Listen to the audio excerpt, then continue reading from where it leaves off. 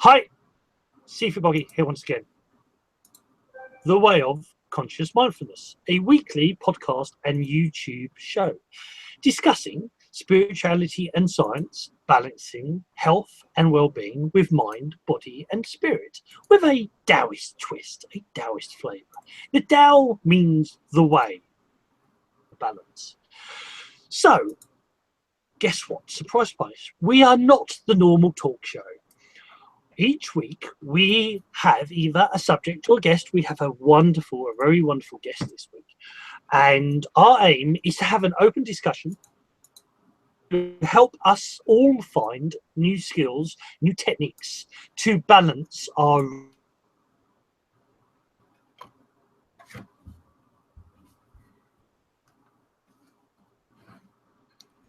Boggy. Laura, are you still there? I'm here. Are you there? I'm here. So what Boggy normally says about now is to say, let's see, your way, your Tao. And this is the wonderful Laura. I'm not going to try and say your second name because I didn't go to the effort of remembering it perfectly. Would you like to say it now, please? That's fine. Laura is fine. But it's Laura Johnson McCreary. But thank Laura you. Yes. And Laura is here to talk to us tonight about her way and what she does. So without further ado, I shall attempt to remember what Boggy's question is. Laura, what is your way or your Tao? Thank you very much, Chris. So my way is to connect with heaven and earth and work within the realms of both. And in doing that, it's helping myself understand the world better and myself and others, helping others find themselves and understand themselves better.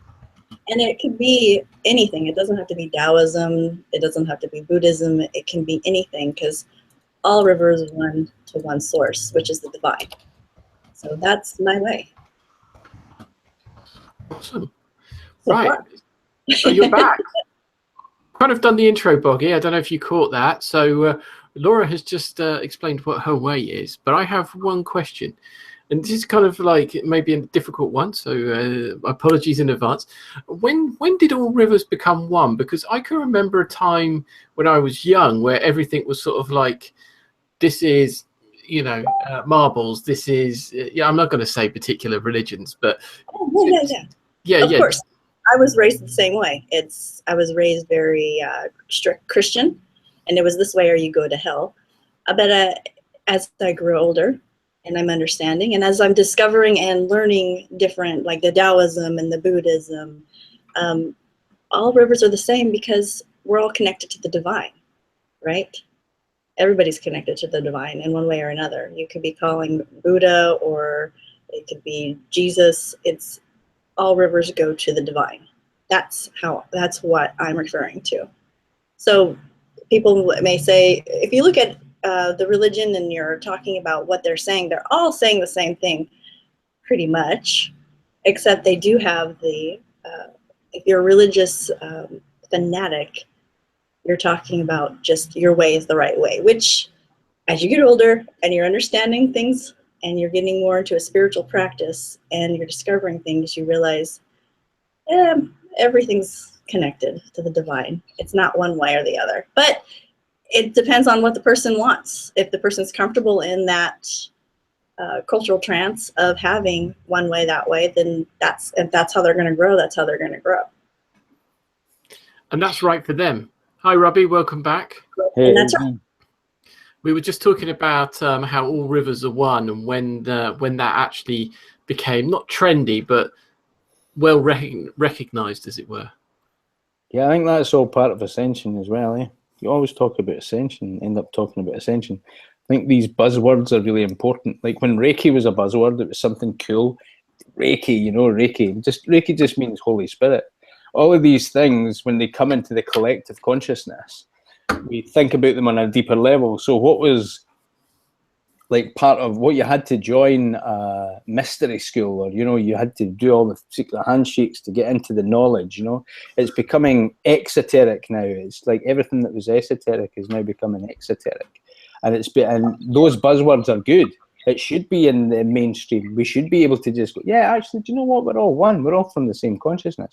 If we're coming from that place, all of these higher what's seen as higher concepts are much easier to assimilate for everybody. It's all very well being an enlightened master on a mountain, you know, like, oh, I know everything, you know. But we all know everything. We all have inherent energy within us. It's all our heart energy. Well, we all are in that same place, you know. And when it's something that is not special, you know, for the special people, if we stop it being special, it's everybody should be privy to this. When it's not special, everybody's going to be cared for. We're going to be thinking about everybody. Nobody's going to be left out. Yeah? Exactly. And that's the thing, is we're so used to not talking about this, like spirituality or energy, or people that are spiritually gifted, energetically gifted, that can see things, or that it causes turmoil for people. Yeah. And it causes blockages. It can cause people to go into a form of psychosis. Yes. So, but if we have that freedom to know every river runs to the same source, which is the divine, and it could be whatever you choose to be, and it's just loving and accepting each other for what you believe, and finding yourself, finding who you are truly in the divine. Yeah, totally. I agree completely. I think a lot of people go through that psychosis when they come into higher energies, you know. Exactly. When you recognizing that it can be very overwhelming, especially if all that you've known is a certain paradigm. You've only been told this is real, that's real. Don't think about that. Don't think about that. That's all a lot of nonsense, and you have to be in this little enclave. And then suddenly, energetically, they're like, I am everything. You know, it's very overwhelming. You know, I think that's what psychosis is all about. It's like, it's just because then all the guilt comes in, and everything that you were told you couldn't do or shouldn't do or was evil comes in. Yeah. And you're not able to. And if you don't have guidance, if you don't have people to help guide you through the process of unfolding what your true gifts are, and that they are gifts, the guilt will eat them up. Yes. Yeah. Because of people trying to hold them down, though. You know? And it's not even people holding them down. It's a mindset. It's like that, talking about those monkeys. You know, the what was the experiment? The monkeys. There was bananas up a ladder or something, and the monkeys went up to get the bananas, and they were sprayed with cold water, freezing cold water. So eventually they were stopping each other doing that. They were stopping each other from getting the bananas, but the bananas were plainly there in sight, and they kept getting iced. So they were all, oh, don't do that.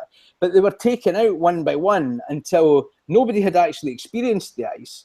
It was just the group that were holding everybody back from the bananas, but none of those monkeys knew why that was happening. They were just telling all the other monkeys, don't go for the bananas. So nobody got to go for the bananas, even though they were probably going, but there's bananas. What are you talking about, you know? So that reinforced society in that monkey enclosure basically showed, you know, of reinforced behavior.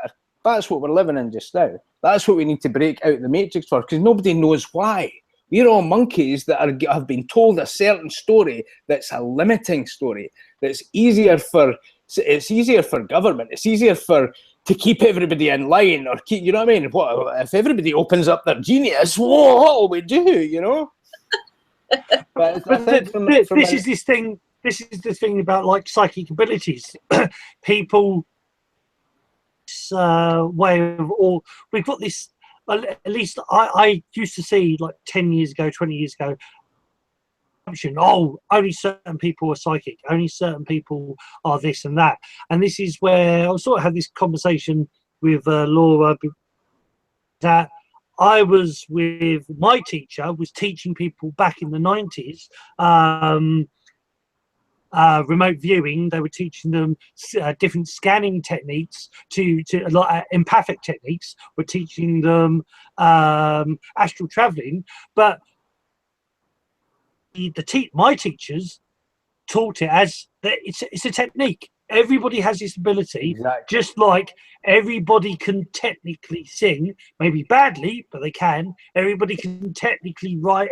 You can do anything, in other words, but it's just learning the techniques that allow you to do it. Yeah. And you've got this society where the it's almost like an open prison in some ways, in the essence of, you like you say about the monkeys Completely. stopping the other monkeys getting the bananas. So, oh no, you shouldn't do this, or this is bad. This is now this good and bad, especially in Taoism in China, and especially the medical profession. I'd like to get Laura's thoughts on this as well. I was very much taught in the medical, there is no good or bad in health. There is balanced and unbalanced, and it's as simple as that. Is that if you're ill, it's not, oh my God, I'm dying, I'm going to die. You're unbalanced. Yeah. What you do is make you balanced. But that's whether you've got a cold, or even, whether you in essence got like cancer. And there's this, there's one little interesting thing in like China, is that cancer is not a word to use. Cancer is not an epidemic in China like it is in the West. We have, cancer is rife in the West, and it's not in China. There's a good for this, but it boils down to their perception of things aren't good or bad, terrible, evil. You're either in balance or you're out of balance. If you're out of balance, let's put you back into balance. But it just means it's like whatever you're doing out of balance, we need to change that routine to make it in balance. That's the difference, where we sort of do this externally thing. We sort of remove something, but if you haven't removed the pattern that created that thing to begin with, it will come back. Exactly. So my doctorate in medical Qigong is in oncology, and that's exactly what we were taught. We're taught that a tumor is just stagnation. There's nothing more than stagnation. And part of that stagnation is a root cause of an imbalance, right? So that could be emotional trauma, that could be environmental.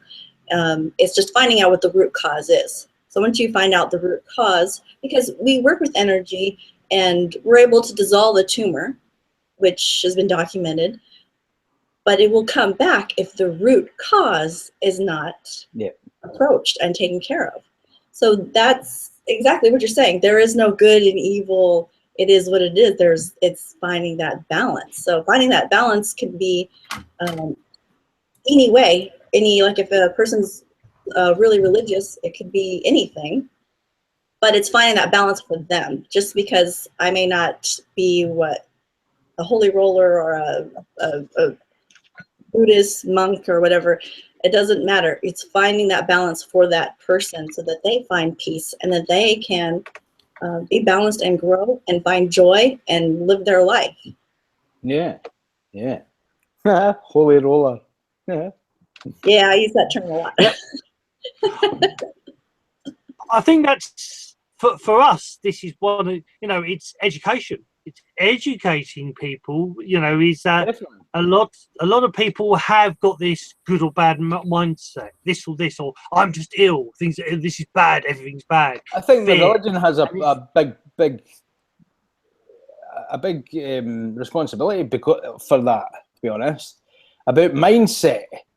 But I think all religion, I think, are just coming from the root of them are just people that understand their own energy.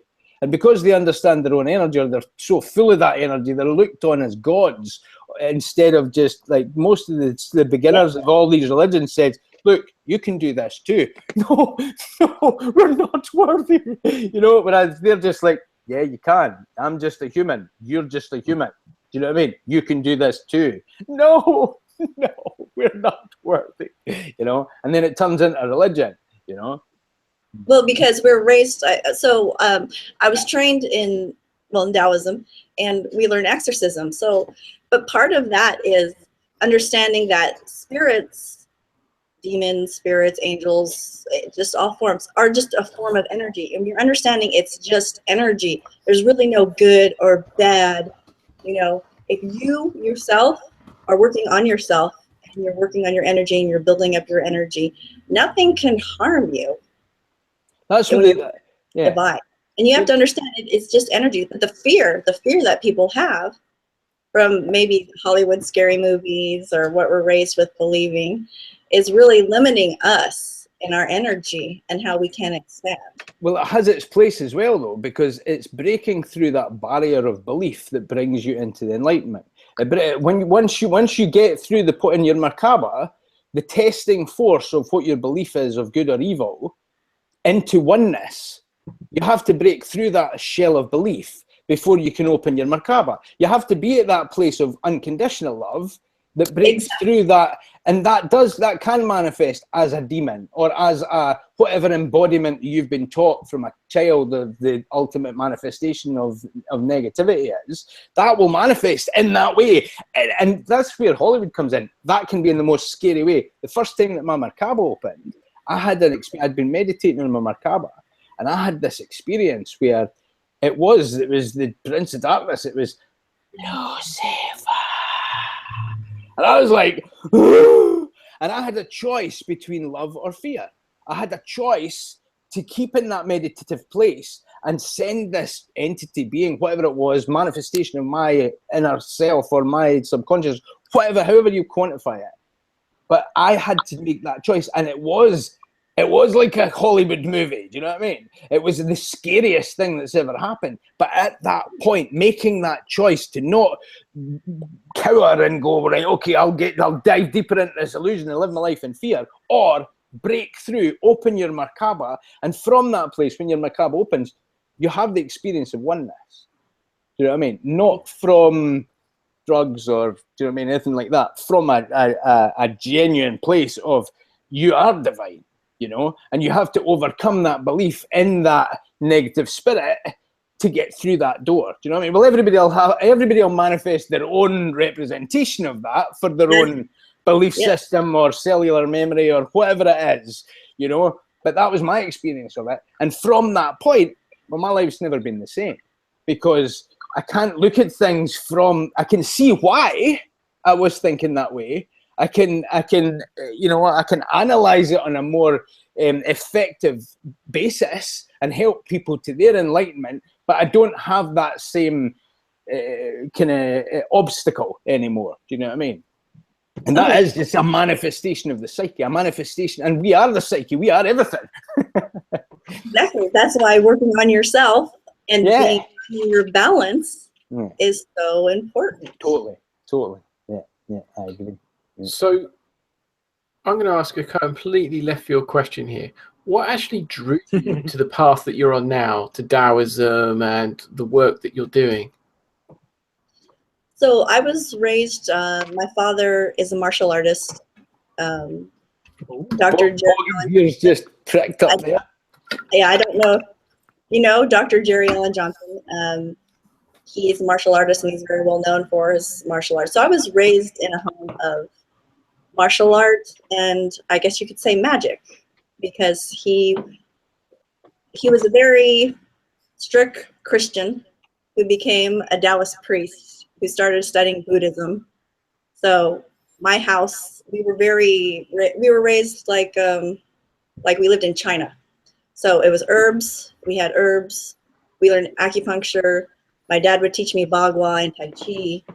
It was all about energy. So I was used to this. But, you know, when I got older as a teenager, and I kind of rebelled because I was like, forget this stuff. It wasn't until I got older, it wasn't until I had my daughter, actually, my second child, that I realized I was missing something. So I went to study the Taoism. And as I studied the Taoism, what we do in Taoism is we go through soul retrieval. So I was going through postpartum depression. I was just not in a great space. So, but as I was studying the Taoism and learning how to balance myself, I started loving it even more. And then I begged my dad to teach me the medical Qigong, because they are one. Medical Qigong and Taoism is just so, you don't have to be in Taoism to do medical Qigong, but it's just, they're so similar in what we do. So that's what happened, and I just got hooked. I just got hooked on the Taoist training and how it helped me. It helped me understand Christianity better as well, by understanding different ways that Taoists do things and why they do it. Like, we are told when you work in a clinic to play praise music or music or Buddhist music or chants to clear your space.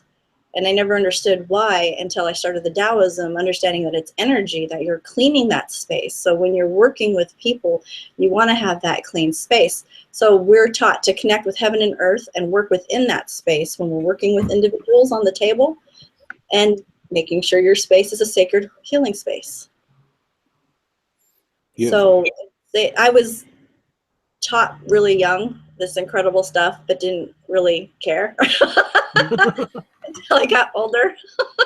That's great though. You had that initial training, subconscious training, because you couldn't be bothered with it. But you were given a great gift. You were brought into the right family for what it is that your soul path has led you to. Oh yeah, I feel very blessed. I didn't feel blessed when I was younger, I'll tell you that. But as I get older, I just like, wow, I'm just so blessed to have so many incredible teachers around me. Yeah. Being able to learn this stuff, being able to go up to Taoism and learn what I could learn is just amazing. Beautiful, yeah. I love stories like that where basically someone goes, I had all this great knowledge and information and all this wisdom being taught to me, and then I kind of walked away from it, and then I walked back and went, wow, this is amazing. Don't you think that's just the experience of children? I think you can have the most valuable things, completely. And, in that third cycle, I think in that third cycle where we go from 14 to 21, there is that transition into adulthood where you just reject everything. And you should reject everything. It's good that you reject everything because you don't know what you're being taught. If you get out of something and it is a total, you come back when you're 21 and you're like, "Whoa, they're messed up." I'll just stay away. Or you'll go, "How wonderfully wise are they?" And what a blessing was I given? And you've got that foundation. I had to grow into it. It's you kind of take advantage. To me, that was normal. My household, we were spiritually open. I could tell my dad about the spirits that I would see because I could see spirits. We had a ghost cat that would walk on me at night. That would scare the crud out of me. But it's if people have that kind of abilities and they can't talk to their parents about it because it's evil, they lose them and then lose part of themselves, right? Mm-hmm. So I had that. I took advantage of it. Let's be honest. It was the norm, and I didn't care for it. I wanted to find me and what I should. Yeah. And then after having my daughter, feeling lost because I wasn't doing any studying. I wasn't practicing Tai Chi or Qigong or anything that I was taught. I just left it, and that was losing part of me. So yeah, I had to have that experience. Yeah. I had a similar. I almost think it's part of the path. There's a on the old energetic path or the spiritual path. There's in China. There's loads of stories about people who were sick as children and then they did martial arts to become great martial artists because of the illness. But there's also this. It's almost like the hermit thing, but in a different way. In the essence of around about 2000. So I've been practicing from 1982, so about 12 years old, all the way up to the year 2000. And basically, I had a choice. Going off to China for about 10 years plus. And instead, I fell in love. I met somebody, and I went direction. Poe understood. Shun, I peed him off, but I disappeared. I disappeared from that path for probably about 5 years, 5 6 years, and then coming back and then sort of, you know, going back to actually, no, this is my, you know, this is my path. I did that, you know, I tried, you know, had a child and I did all of that, but no, this is my path. This is, and it's, I find that interesting when that happens to people, because yeah, you go away, and I hear it a lot in Tai Chi and Qigong, where people learn it and then they sort of go, oh, I don't think it's doing much for me, so they disappear.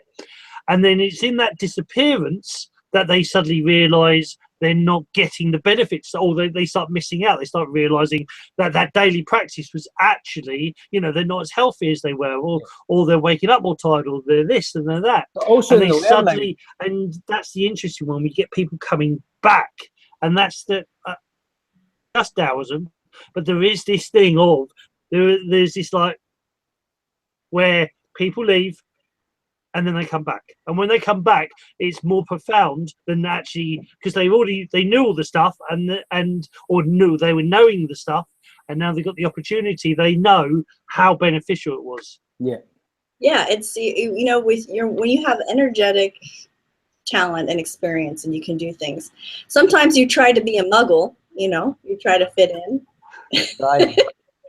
because of the cultural trends of society. You want to be normal, right? And so but you find yourself being miserable within that because you're not. And it's not, and everybody has the talent, to an energetic talent of some sort, but it's accepting that. And it took me a while to accept that and know that, yeah, I'm not your norm. And it's not that I'm special and, you know, the goddess of this or that. And it doesn't matter. It's, I have an ability that I love to share with people and help people, and I'm okay with that now. Yeah, you know. I think I think it's only in the last few years. I mean, I'm 46 this year. It's only in the last maybe 3-4 years that I've actually realised that I am different. I mean, I don't believe fundamentally that I'm any different or any better or anything like that, but I've always espoused that, you know, I'm just the same as everybody else, you know what I mean, and all the rest of it, whilst doing lots of different things that, to the contrary, that people are like, well, that doesn't, you know, really, you know what I mean? No, but then I think in that, I think because I was raised quite a strict Christian as well. It was my granddad was a minister and everything, and there is a great onus on humility. Do you know what I mean? And because of that kind of ingrained and built childhood, you know, indoctrination of you are nothing, not nothing, but, you know, you're just not any better than anybody else. When you do exhibit things that aren't just the norm, and it's not like, like you say, it's not saying I'm a god or, do you know what I mean, I'm Jesus reincarnated or anything like that. It's just recognizing you process things differently, or you know how to use your energy in a different way. Do you know what I mean? Exactly. It's only the last few years that I've kind of realised I'm not really like everybody else. Do you know what I mean? In the main, you know. That's why it's important who you hang around with and who you spend your energy with. Yeah. Because of that.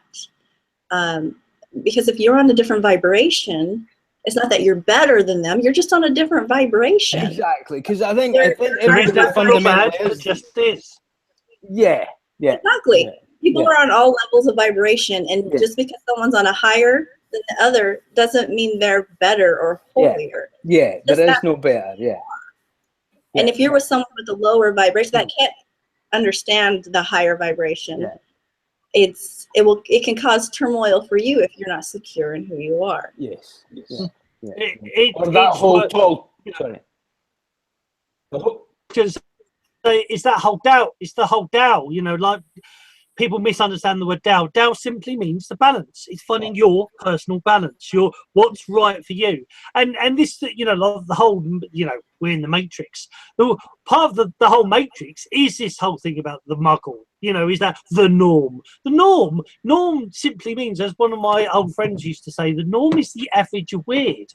Well, technically, we're all the weird of weird. You know, we're all weird. We're just different weirds. You know, and it's finding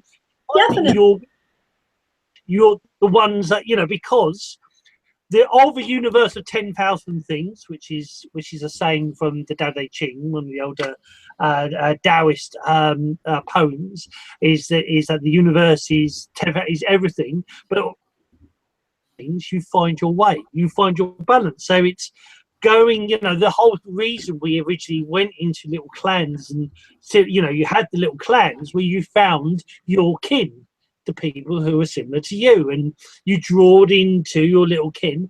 And what happened is that modern society said, oh no, well, this is your kin, and boxed it in a different way. But back to that, we're going back to this thing of people finding their kin again, their true kin, their kin that resonates with them, because that's how you find. Yes, yeah. So it's not that I'm not saying don't hang out with anybody that's lower vibration. That's not true. You should actually do that, but be secure in yourself. Yeah. On what vibration you're in. You should definitely be reaching out to everybody and giving joy and peace to anybody that you can, no matter what level they're at.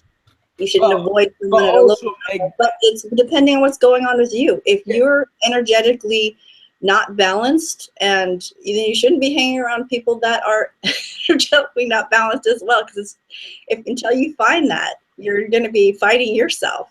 It's that whole thing of recognizing discernment against judgment. It's like, because it always says, do not judge, do not judge, do not judge. But if you're healthily discerning things, it is kind of a judgment in a way, but it's judgment without bias. And I think that's what it means by do not judge. In other words, do not put people down as less than you in a judgmental way, as opposed to discern, judge without bias. Like, use your discernment. Do you know what I mean? You don't if you're in a place where your vibration is going to be lowered by being in company. That's the whole thing when they say don't put pearls before swine. If people are not ready for a vibrational message, you're not going to make them be ready for that vibrational message by being in their company, and you can be drawn into that lower vibration, which takes you away from your bliss, or away from your wholeness, or away from your. Because my guides just say that holiness is just wholeness. That's all that being holy is. They say, oh, they've got a halo. That means you think you're better than everybody else. It doesn't. It just means your chakras are open, so you're whole within yourself. Or however you put that, you're in balance, like you say, as far as Taoism is concerned, And you do appear shiny, the shiny people. That's true. And people get drawn to that in all levels. And that's why it's most important that you work on yourself. Cleaning out yourself, getting rid of your stagnation. That's always. Always. Like that whole thing about enlightenment. Oh, I'm enlightened now. That's it. That's fine. But what is it? Zig Ziglar or something says, it's like motivation. It's like bathing. Like we recommend it daily. You know what I mean? Like just because you, like somebody's had an enlightening experience. Like they've had a shower. I'm clean now. I've been clean for the last 3 years. You're not really, pal. Maybe you need another shower. Do you know what I mean? Well, it's also understanding that when you do find those aha moments, when you're feeling just so blissed and so together, and then if you lose it, it's not punishing yourself. It's giving yourself gratitude and giving yourself another shower. Exactly. It's okay. It's okay. It'll come and go sometimes, and sometimes it'll be just awesome. But it's giving yourself grace is really important. It's all a flow. It's all a flow of the yin and yang, so definitely. Bigger the up and bigger the down. There are moments of inspiration, and there are moments. I should have thought about that better. There's moments of non-clarity and there's moments of clarity. So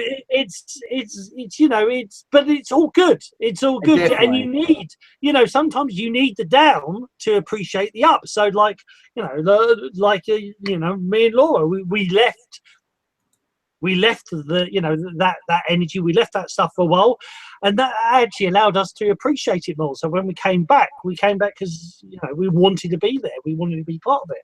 Yeah, I'm hungry. I wanted to know more. I want to discover more. I know there's more out there. I'm ready for the adventure. I want to study this. I want to go here. I want to go there. I want to learn as much as I can. You always will be. You always will be. Yeah. It's Yeah. so And wonderful that's hearing true. people. That's true. If you are open to that, yes, because you could be learning stuff and just have that wall and nothing's coming through, but you're being taught something incredible. You have to be open to the adventure. Indeed. Indeed. That's why, or you get some teachers, like my teacher Shun, who, if he doesn't think you're open enough, he gets slapped. But what Poe would do is say, time for more food. You're obviously drifting, so let's do something else, or more wine, but that's the whole thing of the drunken Taoists. The whole idea is you're enjoying your wine and you're drinking, and it's opening up your senses and opening, it's not mundane, it's not something to be taken seriously, it's something to be enjoyed. And that's the one thing I think take it too darn seriously and they miss the point. It's like a finger pointing towards the moon, because you'll miss all that heavenly glory. But it's the enjoying it while it happens as well, and that's a lot of the time why you're learning all this stuff. If you're not actually enjoying it, you lose your connection, or that's why you do miss the point, because if you're not actually finding if you're not making fun for yourself, making it making it, allowing it to be fun and allowing it to resonate for yourself. Allowing it, that's the point. Yeah. I saw a quote, an Osho quote, I love Osho, and he was saying, like, if you're miserable, when you're being miserable, just recognize it's a choice. Be miserable, be as miserable as you can, but recognize that's a choice to be miserable, and if you choose to not be miserable, then be blissful and choose to let your bliss flow. But it's a choice either way, because you are creating it. It's recognizing how much of an effect you have on your own consciousness, because this is about you. You are God. You are the aperture. You can only experience this as you. You are divinely Chris. You're divinely, you're divinely Boggy. Do you know what I mean? That's the only place that you're ever going to experience that in this lifetime. Exactly. Divinely Laura. The only realm where you can be, what did my dad told a story. This is the only realm where you can be on a bus and you could be sitting next to an axe murderer or a saint. Right? Because after this, we go to whatever levels we have been working on this realm. So this is the only realm. That's why connecting with heaven and earth and working in this realm is so important, because you can connect to everything in this realm. Yes. If you're really lucky, the axe murderer is a saint. That's interesting. Well, I'm sure there have been. It's a very interesting religion. If you really want to look at it from a historical perspective, a lot of them have been. But on that path, because we look at it as a linear path as well. It's not really a linear path, because creation it's about what we decide. I mean, it's like you look at it like from a karma perspective, from like almost like a credit perspective. Like, well, how much good have you done? Do you know what I mean? Oh, well, you were Hitler your last life. Now you're going to be a gnat for 10,000 lives. You look at it kind of like that. Do you know what I mean? But Hitler and the gnat are both God, as well as Jesus and Buddha. Do you know what I mean? Everything is divine. So it's a divine dance, and the more dramatic that it is, the more worthy. You know what I mean? This play, especially even just now, like the geopolitical landscape of what's happening just now, is part of ascension, because we are being squeezed. We are being squeezed, and we're being misdirected to fear, or we're being directed to our bliss. Do you know what I mean? But it's all part of our big consciousness, this big drama. And if you look at it from a divine perspective, it's really exciting. It's a really exciting time. And then you get people going, but those people died. No, and of course that's terrible. You know what I mean? I'm not saying it's great having tragedies or anything like that, but when you come to it from that oneness perspective, you recognize, well, this is all happening for a reason. This is all happening to squeeze us to our best selves. And there's never been the access on the earth that there is right now to get the whole of of history and to get the whole of everything that you need that has always been esoteric in the past, that's now exoteric. It's now everything that you need if you want to be on the path of enlightenment, whether it's Taoism, whether it's Jainism, whether it's whatever tradition it is, it's all there, you know, never been there before, you know? Yes, I agree. I agree completely. Yeah. So do you think it's interesting how basically everyone seems to have moved away from religion, but is starting to get more spiritual? It's brilliant because that was the original intention of religion. Just because it was hijacked by bureaucrats, you know. But the original intention of it, the founders of it, that was their original intention. And now people are going, oh, that's what he meant. That's what they meant. You know what I mean? Exactly. I know. I talked to my father, and we would always say how wonderful it would be to have our teachings to bring it to the church to help, but because of so many years of what people are told what to believe, and it would put them in some kind of chaos. I think that's what's needed as well, though. You know what I mean? I think it's gotten to the place where people have to be in that chaos. That chaos is a prerequisite for enlightenment. Boggy. Right. They would have to be willing to work on that. I mean, it would be a lot of working on self to be able to even accept these kind of teachings, you know? Totally. But it's about misinterpretation of what's there as well. I was watching a very interesting thing, the scientist Nassim Haramein talking about the Tetragrammaton, talking about the Old Testament, when they were talking about how the Ark of the Covenant was taken out of Egypt. And the Ark of the Covenant, you know, like a lot of different people, scientists reckon, you know, like alternative scientists especially, you know, reckon that the Ark of the Covenant was an advanced energy power source. And that the actual, well, you can get this from the Bible, so you can get this,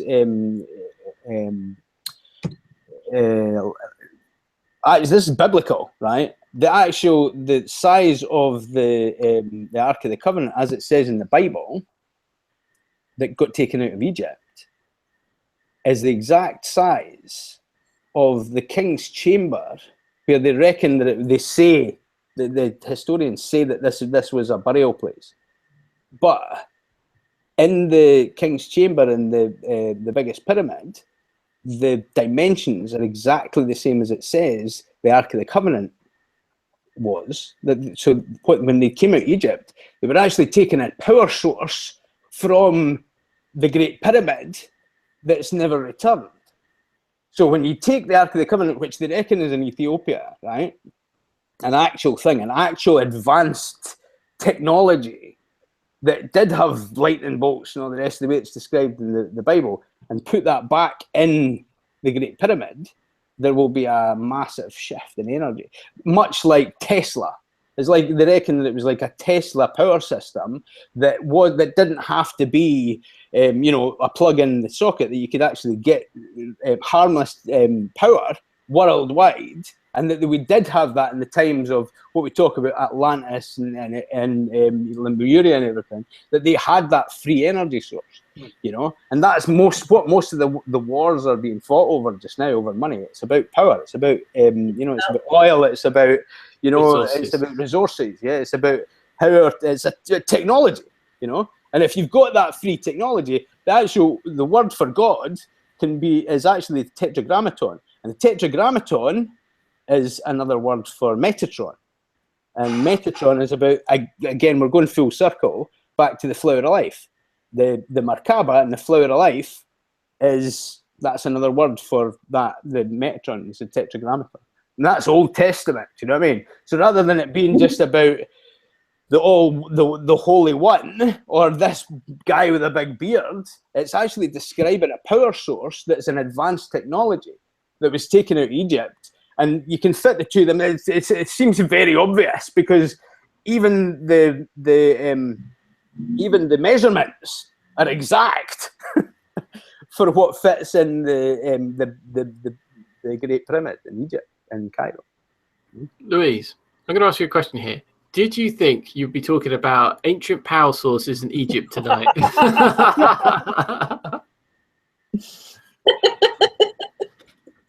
Probably not. Well,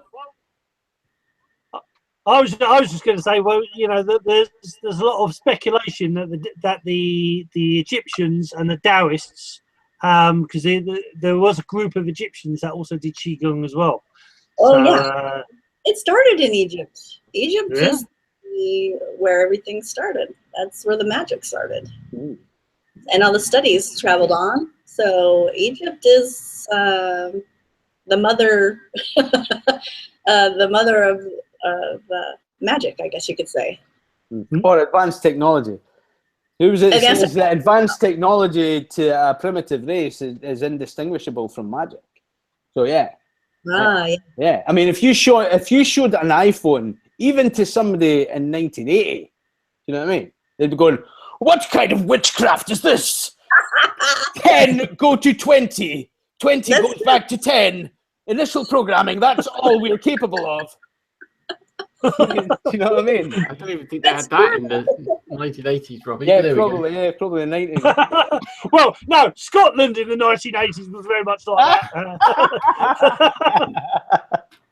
Still is. Why do you think I moved to Spain? No, I'm only joking. I love Scotland. I'm sensing your passport's just been revoked. Well, I might finally get a Scottish passport instead of a British one if they have their way. Oh. Anyway, let's not get talking about referendums. Yeah, it sounds like we just moved into a bulk there. So you talked about two things, and I'm going to pick one of them. What is the work that you do on yourself, and how do you sort of go about doing that? Do you have like daily practices, or what is it that you do to work on yourself? That's the question. I do. So I do what's called the Taoist 5. And that is an exercise of purging my yang organs and yin organs. And then I also tonify, which is, it's called the Taoist 5, but I'm sure you've seen it's like doing lung exercises, breathing in, light, breathing out. So I do those daily exercises, working on all my organs, the heart, liver, lungs, spleen, kidney, because each organ is associated with a different emotion. So the heart, when it's out of balance, you experience anxiety or things are out of order. When the liver is out of balance, you experience anger. When the lungs are out of balance, you experience grief. And when the kidneys are out of balance, you experience fear. And with the spleen, if it's out of balance, you have trust issues. So I'm constantly working on that. And those are my virtues. I'm working on the virtues. And then when I'm done working on doing that, then I go and I do the microcosmic orbit. And I'm building up energy within my lower dantian and putting it through my body so that I'm energized. And then I go into usually a quiet meditation. So yes, I have a daily, and then I go to the gym because after Is this your morning practice? Work out and lift some weights or something. Shake the energy up. This Yes. is a morning practice. I what I've known and what I've discovered is people that are energetically sensitive or work with energy really need a physical exercise to do to ground your energy. Because most people that I know that don't do that get very flighty. You know what I mean? They're more heavenly and they're not earth, so they're not balanced. They're so heavenly minded, they're no earthly good. Yeah, and so many mediums that have so much weight on. Like, I think partly that's because they feel like they're floating, so they use the food to weigh them down. I've got a wee theory about that. Yeah. So it's getting the body in shape. Well, in shape is good. Everyone doesn't want to be in shape, but it's doing the physical exercise to help that body. I have to put the effort in. More people are Shen, more people are Qi, and more people are Jing. And the people that are more Jing, which is the more physical body, need more of the meditation. They need more of the prayer. So it's just finding balance. But that's what I do. I do the Taoist 5 every morning, and then I build up my energy, my lower dantian, and I go into meditation, that's how I take care of myself. And then it can switch, because I'll learn a different, like a breathing technique that I'll need for that time. But I'm doing the Dallas 5 every day. Could you just explain what a dantian is in case anyone doesn't know? So there's 3 dantians. So you have the upper dantian, which is connected to your Shen, which is spirit. Then you have the middle dantian, which is actually here. I don't know if you can see it, middle dantian, which is connected to your energy body. And then your lower dantian is connected below your navel, and that's connected to your physical body. And those are energy sources, energy pockets. So it's like the chakras divided into 3. Like the middle 3, top 2 and bottom 2, kind of. Well, the chakras are turbines. The chakras the chakras generate emotional, physical, spiritual energy as turbines. They're constantly spinning. The dantians are more like power cells. Yeah, they're like pools of energy that connect. Yeah. So they store. Yeah, they'll store, and if it's stagnant, so if you're not flowing, if that dantian's not moving and flowing, it becomes stagnant. So you could be, you can have a lot of physical energy, or be very muscular, but then you can start to get ill because there's stagnation within the energy. So they hold the power. They hold the power, and the chakras power it up. No? Yeah. Well, according to the ancient the 5 spirits, or also called in China it was called the 5 spirit horses, is that or one version of the 5 spirit horses is that you had the meridians, the chakras, the auras, the Merkaba, and the tridial field, which are the main housing of the consciousness. But I prefer consciousness to soul. So your consciousness is housed within these energy systems with this, and then the dantians, according to what I learned in Tibet, what I learned in India when I went to India, and when in China, the Taoists, when I went to Wudang in China, there was a certain Taoist that talked about these 5 spirits, and that the main in the Chinese the medical theory, they talk far more about the dantians and the meridians, but then do talk about the chakras. But this ancient 5 knowledge is that those 5 systems, once upon a time, they were all known to be part of one system. Yeah. Then people who went to China tend to focus the bulk of people tend to focus on the meridians and the auras, meridians and the chakras. The people who went to India tended to focus more at first on the chakras. People who went to the West tended to focus on this.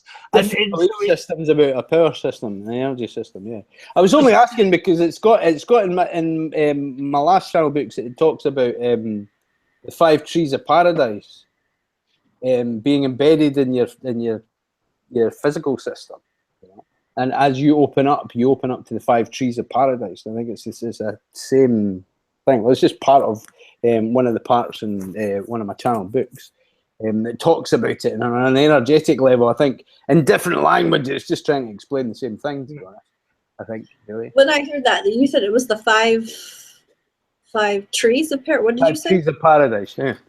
So when I hear that, and I don't know if it's correct, but when I hear that, I'm thinking of the 5 yin organs that I work with, because I was telling you about the heart and anxiety. Well, or the liver and anger, but when you have that balance, the liver is love, and the spleen is trust, kidney is wisdom, lung is integrity, and then heart is having everything in order, being in order or righteous. So yeah. When I hear that, the 5, I'm thinking that because of all of those virtues are coming together, you're able to become that. Yeah, yeah. And so that's what I hear. I don't know if that's correct, but when I hear that because of what I've been trained in, that's what I'm thinking is you're balanced in all those areas, so you're able to have that integrity and able to have that love and trust and wisdom, which brings you in complete balance within yourself. What do you think of the concept of is it Bo? I think in the Chinese, like breatharianism, but in the Chinese concept, is it Bo? You know what I mean? Like it's breatharian, the idea of sustaining yourself from just spirit, right? Because this is, I watched this thing, Living on Light, this documentary about living on light, and it went through the Chinese system. I think it's Bo, is it not Bo? Well, anyway, it's these people who live purely, they've taken so much energy, they live such a spiritual life, they've taken in so much energy that they're fueling themselves from the source within. Do you know what I mean? And so they're feeding off the energy, right? So they're prana, chi, whatever, you know, whatever philosophy, but yeah, they're feeding from God or the divine, and they don't have a need for any food. Do you know what I mean? And these are documented cases, different people. What do you think about that? And how does that work within the balance system? Because with TCM, you know, it's about what you take in as well. It's about what you take in that balances your fire, that balances your, you know, everything. How does that work when it comes to that? Is that just the next stage? You know, that is definitely. So I know a little bit. I've heard about that quite a bit too. That would be. I haven't got there obviously, but neither. That would definitely be a very higher. That would be a much higher vibration, and you would really have to detach from a lot. A lot. So that would be more like a hermit kind of training. At least that's what I would understand it to be. Like I said, I've heard of it, but I don't know of anybody that's been able to do it. I've met two lots. In China, up Wudang Mountain, and there's a group in India that were doing it as well. But big but. Remember what I was saying about techniques? You know, everything technique is a technique. What they're doing it. They had the ones in Wudang. They had, obviously, they're halfway up a mountain. You've got the forests. You've got a big lake. So you've got the dragon energy, the heaven energy of dragon. You've got you know, abundance of oxygen from the woods. You've got a lake that's clearing the air, because it's actually quite a big lake, so it's actually, you know, it actually does have not tides of sort, but it's got ripples in the lake, so it's clear there's an oxygenation going on. So they're in a very oxygenated place. So medical side of it is, you know, you need certain parameters. There has to be good oxygen. There has to be certain things in place. And then these guys are doing 14 to 18 hours training every single day. Oh, you would have to. Yeah. Is that another belief system, though? Is that another belief system that we would have to? Because that's what I'm saying. It's like this is what's in my last couple of books, talking about our immediate reaction to that is, well, you would have to have that. You would have to have ideal energy. But if you were actually in your balance completely within yourself, why would you have to have that? That's a great point. I automatically think, well, yeah, you would have to, because honestly, I would have to. You know, I would have to. I'm coming from my perspective on that. I would have to as well. I agree. But is that a belief system within it? Sorry. It is, because I'm coming from my perspective on that. If you're raised that's normal, like if you're raised to do something like that, of course. If you altered things, if everybody in society was doing it, then wouldn't it? Or you'd have all those other people to back you up. But if you think, you know, one of the things which is clear with them is that the one thing of the hermit is one that they weren't hermits, is that there was a whole group of them doing it all, so they're all helping each other. But there's one of the things where they did say that one of the biggest things is that if there was less of them, it would be more of a struggle. So if you had the right environment, if you were on your own, it would be more of a struggle. The collective consciousness makes it easier. It's like, you know, because I've done the sitting in winter next to a lake with these Taoist monks, and they're putting wet towels on you. They put a wet towel on you, and your aim is to increase your jing, increase your energy, so you dry the towel. And you know, I got a towel, you know, I dry after 45 minutes, and I was really pleased with myself. And the guy next to me is getting a new one every 5 minutes, and the steam coming off of them. It's like, and it's like, you know, it's like, oh, I'm freaking awesome. And this guy next to me, he's like bloody radiator. But this guy's been doing. But exactly, but if we blow that up into something that is like, what I mean is, if when we're a kid, right? If your dad had taken you out as you were a kid beside a lake and it says, no, go on, get that towel dry, and he was getting his towel dry, if it was the norm from when you were 5-year-old, you wouldn't see it as, whoa, that's a spiritual master. You would just see it as something that you can do in your body. There always has to be one to start it. Do you know what I mean? That thing with Prahlad Jani, the guy who, he said when he was 7-year-old, he met 3 goddesses, and they were going to take him out into the woods, and he was like, well, what about my food? And they all put their finger on his lips, and they said, you're never going to have to eat again, right? Don't worry about it, right? So this guy's been living for like 70 years up in the mountains. He comes down once a year, and he's venerated almost like a god, like he's a holy man. He wears all this stuff. He's got like a trident, you know, and he's like, does all that stuff. And he's really slim, right? And this was a claim of his that he's never eaten since he was 7. And the doctor in this documentary, I think it's Let There Be Light or something, it's a breatharian documentary. They in India, they said, right, well, it was a corporate hospital. Like, they had all the stuff, right? They had everything they needed, right? Really well-equipped hospital. And they said there was 10 people involved in the studies, proper, you know, like educated people, educated abroad, really venerated, respected people in their fields. And they said, right, okay, come to us for 10 days. And if it's a lot of nonsense, we'll unfrock you. We'll tell the world this is a lot of garbage. You're not really a holy man. Do you know what I mean? And they took him in for 10 days, and he didn't eat, he didn't drink, he didn't defecate, he didn't urinate for 10 days.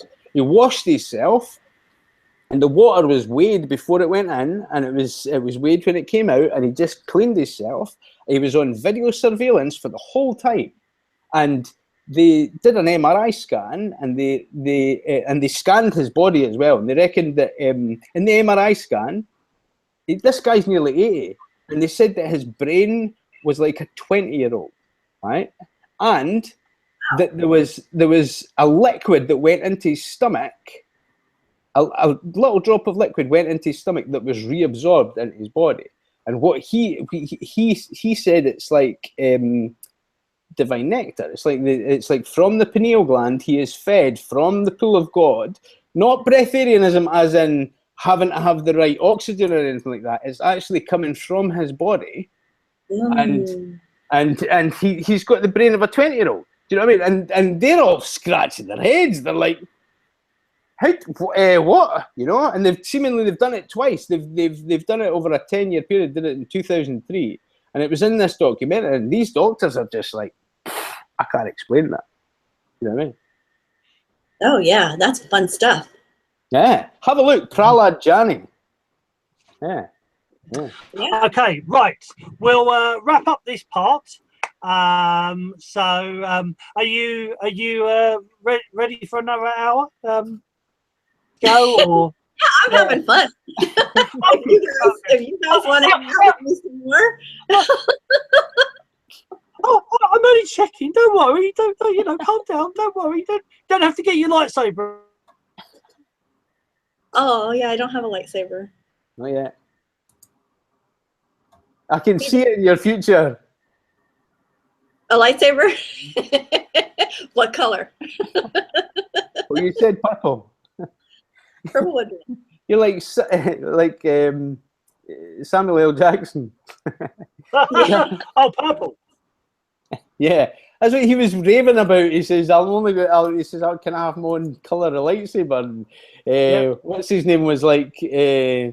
And he's like, that's what I'm talking about. Yeah. And they said that Samuel Jackson had a purple lightsaber was because he channeled both the light and the dark. And the new Jedi are called Grey Code, and the Grey Code is that they're aware of the light and the dark, and they're Taoists. Grey Code and Taoist. They're flowing both yin and yang. It is all just a spiritual. Anyway. Yeah, it says that is like it's channeled, eh? Totally. Right. Okay. We digressed. As always. I'm getting the look from Chris, so that means shut up, Boggy. End part 1 and start part 2. So yes. for everybody on podcast, so I don't get beaten up by my students. I hope you enjoyed part 1, 2. And take care. And I would like to say, it's been a great adventure with the wonderful Laura. So hope you enjoyed it. Come back for part 2. See you. For now, it's goodbye from Chris. Goodbye. Robbie. Cheers. Thanks for coming. And it's goodbye from the wonderful Laura. Bye. Goodbye. So see you later. Bye for now. Love, Chi, and Shen, and the Way of Conscious Mindfulness. Hey. Okay. Mark it, Chris. Right. Does anybody need to get any more water or wee break or lightsabers or? Charge my lightsaber up. I will get a glass of water, actually. Okay, go for it. Yeah, let me run to the restroom. Okay.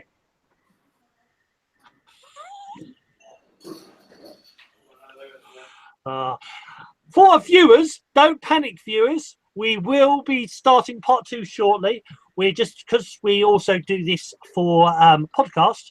So what we're doing is just have a little break, and literally in a couple of minutes, me and Chris will put our lightsabers away and we'll start on with the show. You got 6 now. Ah, Nikki Eternal's on. Hello, Nikki. Nikki! Yeah, we've got a message. Oh, it's been a while. How are you doing? How you doing, Nikki? Is it all good? I'll take it as a yes. I see the heart. Well, actually, I'm watching. Oh, Chris is back.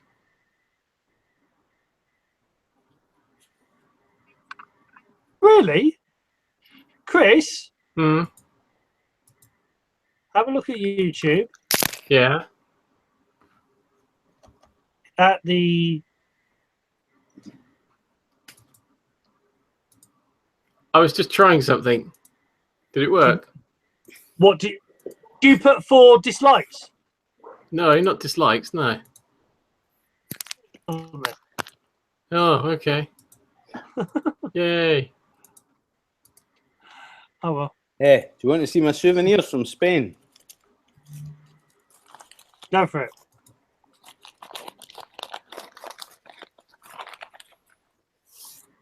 I don't know why people disliked it. Oh well, never mind. I've just liked it. So, See that? sorry, I'm on the wrong camera. Give us a second. I'll come back. I can see it. Is that a shrunken head? Yeah. No. Over that, or your germ. Yeah. It's my hair. I got it cut for the first time in 3 years. Yeah, but Laura wouldn't know that. That's why she thought it was a shrunken head. Well, it is a shrunken head, if you could see. Like, look at me in the wee corner there. That's 3 years worth of hair growth. Oh, You can't have long hair in Spain. Oh my! I had long hair for 16 years. That's for swatting the flies now. So yeah, fly swat. Right, okay. Right, so. Right, We that was already? just a by the by before we were on air. Oh no, we are. Are we live? Yeah. We're still live. We'll show your dead so we hair. are, eh? Oh well, I'm forgetting, eh? The whole audience knows now. Yeah, everybody knows to about get your a glass of water. I'm forgetting it's a continuous show. That's all right. It's all good. Okay, right. So we're ready to start up again, Chris. Lord. Yes. Yep. If I can actually stay here for this one. So ready in 5, 4. Hi, here once again, and welcome to the Way of. I forgot. The Way of Laura Johnson McCreary, Part 2. So, Part 1. I've come straight to Part 2. What you doing, you fool? Go back and listen to Part 1. It was really, really cool, really interesting. We talked about many things. We talked about many versions or many things of Taoism. We ended up in Egypt and started talking about Egypt as well, and certain different things. It was a very good show. Too much for me to actually remember. So, let's kick back. Welcome back, guys. Welcome back, Laura. Questioner, have you got a question to start us off? I have. I'll kind of go with the reverse of the question I asked at the start of the end of part 1, which is you've talked about how you help yourself, but I'm interested in how you now help other people. So in your way, how do you help other people? All right, so there's several different ways. It depends on who comes to me. As I mentioned before, my doctorate's in oncology, so sometimes I work with cancer patients. Sometimes I work with people with neurological disorders, so Parkinson's disease. And sometimes I work with people that are on the edge of psychosis. So it's helping them help themselves by finding out their imbalance, finding out who they are and how they can discover life and enjoy their life even better. So it really depends on who's coming, but mainly the focus is helping them find balance. And how I help them is I counsel with them, I treat them on the table, and then I give them Qigong exercises to do so that they can regulate themselves. So they can do it on their home by themselves. And then when they come back, that also helps me work with them on the table. They're able to open up more. I'm able to get in and help them release more and see things differently, that life can be different from the physical pain that they're in. Because when someone's in physical pain, it really changes their mental stability. And when you're able to help them find balance, and in all areas, the physical, mental, and spiritual, and they're able to find themselves again. So I help them find themselves. So would you advocate something like painkillers to help change someone's mind set, if you like, so that they're clearer to actually receive the energy work that you do? I would ask them to tamper it down, but I can't I can't say stop taking that completely. No, I meant take it so that they could actually, so they're in pain, so they take painkillers. They can appreciate your counselling. Okay, so they're in pain, they're taking painkillers. Yeah. So you would advocate that they would take painkillers in order to get rid of the pain so that they could actually get the healing, if you like. If they needed to. I'm not going to. I want to help them get off of that slowly, but I'm not. So if they have to do it for the first couple sessions, then they have to do it. I can work around that, but I would encourage them to slowly get off of that, and they would slowly get off of it because of the result. They're not in pain anymore. Exactly. So I'm not asking them to go cold turkey until they feel more comfortable within themselves. But once I've worked with them for a while and I can see that their body is, then there's no need for that. I would definitely encourage them to not take that anymore. But if they still have the need to take it and do what I'm giving them, then we really need to talk more in psychology and what's happening. Yeah, because that could be what, say, an addiction or something like that. Exactly. Yeah.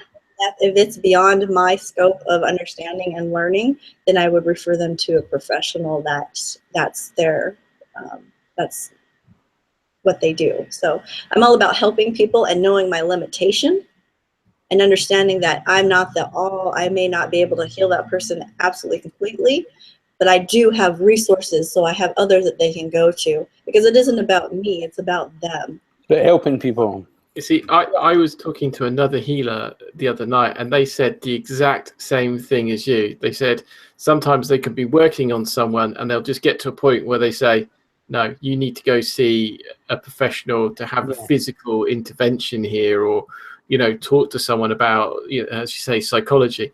And they said knowing the limit was very important, because, as you say, it's all about the other person. It's not about them being, super healer of the year. And that's not who I am or who I studied to be or at all. It's about you completely. You come to me, it's about you and your connection to the divine and how you're going to heal and grow. And no, I don't have all the answers. I wish I did. I don't. There is no question that person can heal. It's just it might not be through the channel that you're particularly given, or their vibration. They might resonate with a different person, or a different mindset, or a different whatever it is, whatever the connection is. And if you've got the humility to say, look, this isn't working, I'm not benefiting you, then all the better. All power to your elbow. That's really good. I think that is real healing. I think that's real integrity as well, because I think people can get addicted to the treatment. I think people can get addicted to the therapy. I think people can get addicted to your personality. They can get addicted to your vibration, or they can get addicted to being in your healing aura for that moment, almost like it's a fix in the week or a fix in the month, or however regular the session is as well. And that can be actually to their detriment in their real healing. You know what I mean? And you've got to know when to go, well, you know what? You're not really benefiting from that. And I'm actually not benefiting from it, because I'm just feeding your codependency, feeding your dependency on me, rather than healing you or setting you free. Because ultimately your ideal is so that the person walks out and doesn't need your help. You want them to be in a place where they don't need your help anymore. I want them to be in a place where they know how to regulate themselves, to balance themselves, understand what's coming to them, and even grow even further. And I may not have the tools that they need. They may find like Reiki heals them much better than what I have, and that's fine, as long as they're healing. That's the goal. Wonderful. Yeah, very much so. I did have another question in mind, but it, like a fleeting thought, it has escaped out of my mind and into the ether. So I don't know if anyone else has got anything else to throw in at this stage. What about California? How do you think California is a mecca for new ideas? Oh, California, definitely. Yeah, we've been thinking about maybe moving to California. We're not sure. Oh, where? We're not sure. But California to me seems to be there's a few different, there's pros and cons that we're looking at. But I think as far as new thought is concerned, it seems to be a really open place. Do you know what I mean? I think it really depends on where you're going. But pretty much California overall is pretty open, but you will have those different. You're Sacramento, yeah? No, I'm in Orange County. I'm in. All right. Okay, sorry, that was me on your bio, was it? Maybe. To LA, yeah. Right. Okay. And you think that's a good place in California, Orange County? That would be. Yeah, actually, there's a lot of open-minded people here in what I do, and I've met a lot of incredible healers out here that do great work. So, and they're good people. They're like-minded as me. So they believe that if they don't have all the answers, then they'll refer them to someone else that they can help. And that's true healing to me. I agree. Yeah. And there's more people like that here that I have met than when I lived in Monterey, I didn't find that as much as I do here. And so I'm enjoying it. I'm enjoying the weather, and I'm enjoying the people that I'm interacting with in this realm of healing. It's wonderful. So is Orange County near the beach? Are you on the coast? I've got an ocean view right here. Yeah. Sorry, I'm just. This is going from the Boggy Show to Robbie just finding out his next investment in real estate.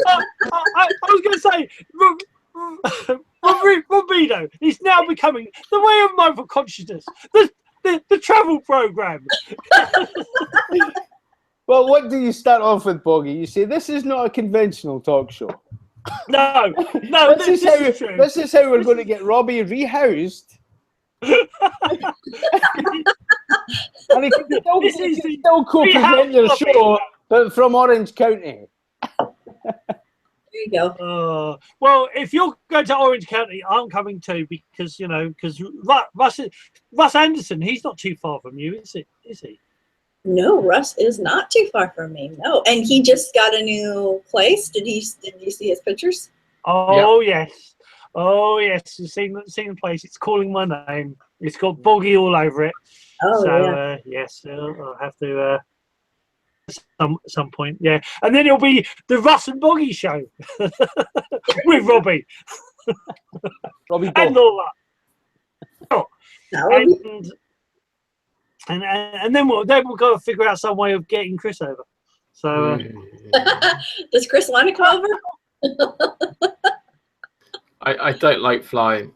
Chris is like, he's a nutcase. I'll just stay on the Wi-Fi. I'll have to come over on a boat or something. Well, that's possible. I have a question. Go on. Yeah. You were talking about herbs earlier, and it'd be really good to get your take on what it was that you were sort of learning about herbs and their application. So I learned herbs in the Taoist way and TCM way. Sorry, just explain what TCM is. The traditional Chinese medicine way. So you know what herbs help, what channels. I was taught by placing herbs in my hand and feeling where in the body the herb would affect. What organ it would affect, what channel it would affect. And I would have to tell my father what this was for, and he would tell me if I was correct or not. So with the herbs, what we learned with the Taoism is we learned I'm not a licensed herbalist. I just learned about the herbs and what organs they can help. So what I use them for is let's say I'll take a lavender, and I know the effects of lavender, that it's calming, and it's not like a medical herb, but it's more of a plant. Well, that's an herb. But I'll ingest it into my hand, and I'll get the essence of the herb, and therefore I can work on the table with someone, and I can provide that for them. I can put that on them, have them take it in so that it helps calm their body. So herbs was different for me. I'll learn different herbs and what they're used for and how they can affect the body. But I actually take in the essence of the herb. I take it in through the palms. I take it in through my senses. And then I become that herb so I can help the person on the table. So I learned herbs differently. If you go to an herbalist, they'll give you a good combination, something to drink. And it's great. I love that though. That's more metaphysical than it is. It's basically like you're becoming the herb. Yeah, that's shamanism. Yeah, that's metaphysical. Eh? That's we learned mineral. We learned mineral magic. That's what I learned. I learned to become the amethyst. I learned to become the amber. You learn to become that stone, and so that you get the essence of the stone, and you can. I don't need the stone in my hand to be able to project that on somebody, the qualities that they need for the healing. It is just you become that. So my training is different. You say was it your dad taught you that? Did you say, or you learned that from China as well? No, and where did he learn it? Probably China. Everything he studied in China for years, and he learned Taoism through martial arts. His teacher who taught him Kung Fu was a Taoist teacher as well. So he would learn that, and he studied in China. He studied the universities for years, and this is in the 80s when they actually let you go in and work on people, and they did the traditional Chinese way. Now it's kind of watered down. So he's had so many different teachers. He's studied with Brazilian mystics. He's studied with, so I don't know exactly who taught him all that, but I know he's got some knowledge. No, because I find it really interesting because you've got the two sides in Chinese medicine. In China, you've got the Wujian, which is like shaman. Wu means shaman, and you've got the shaman way is very, the Taoist shaman way is very much the energy, the chi, or the essence of that. So it is that you pick up, you absorb that energy, and then you absorb that vibration. And with the Shunqi Shens, the flowing energy spirit, which is like predates Reiki. It's like an older version of Reiki on Wudang. The Shunqi Shens were rather, you had one side, you would have the talismans, and you'd have the symbols or the whatnot, but on the other side they had the tones. And when they say tone, they actually like the energy, the vibration, so a frequency. That energies had a certain frequency. So on the herbal side of that, on the Wu side of the herbal, they would get the frequency of even that crystal, quartz crystal, and they would draw it from that crystal and then apply it to the person. So it would be almost like a different version of homeopathic, which is, it's a sample, it's an essence of that thing. You're taking the essence of that energy. So I just find that really, really cool and really interesting, because a lot of people know the very barefoot doctor side, the very much the traditional herbal side, or the traditional medicine that you apply, but that's very much the Wu side of Taoism. That's very much the shaman side of Taoism, where it's far more about listening to the Tao, or listening to the guides, and the essence of it. So that side. So sorry, please continue. Yeah, no, and that's the realm. That's what I work in. That's me, because that's how I was trained, but that's how I like to work. It's about embodying the work. And when I teach my students, that's what I'm having them do, embodying the work. Because you can always look in a book and you can always learn this or that, and it can be very superficial actually. But you want to embody, you want to become. You don't, if I want to, even in talismans, you want to become that talisman. So if I'm stuck somewhere and I need a talisman for any reason, I don't freak out like, I don't have paper and a pen. I am that talisman, and therefore I will put that into the room, right? So it's understanding that, but that's what I do. That's how I've been trained, and that's how I train my students, is the embodiment of herbs, minerals, energy. It's you become that. So so that's your question. No, that's all. Because I don't think there are many people who know that side of it. I think that's brilliant, though. That's the best way to approach it. Yeah, I don't know too many people that do that either, besides the people that were trained with me. Yeah. And that there's a few of us that were trained that way. But to me, that's the way to do it. Yeah.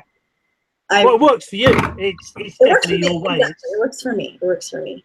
Yes. And it's all good. It's that's the whole point. So yes, Chris or Robbie. Do you find, you were talking about how you were brought into it and then you rebelled against it in your teens? do you feel that you're doing the same with your kids? Do you think? I know you've got two, yeah. I do. Yeah. You feel that you. Sorry. So my son is 15 and my daughter's 12, and I taught my son when he was young the 1 through 10 and 3 invocations, and I don't know if any of you know what that is, but it's basically connecting to heaven and earth and working within the realm, protecting your space. And I taught him that because he was very gifted when he was little. He would see things. He used to have terrible night terrors. So I trained him in that. But now he's 15 and he's got his own YouTube channel and he's just doing his thing. Yeah, good. But he does remember some of the training I gave him.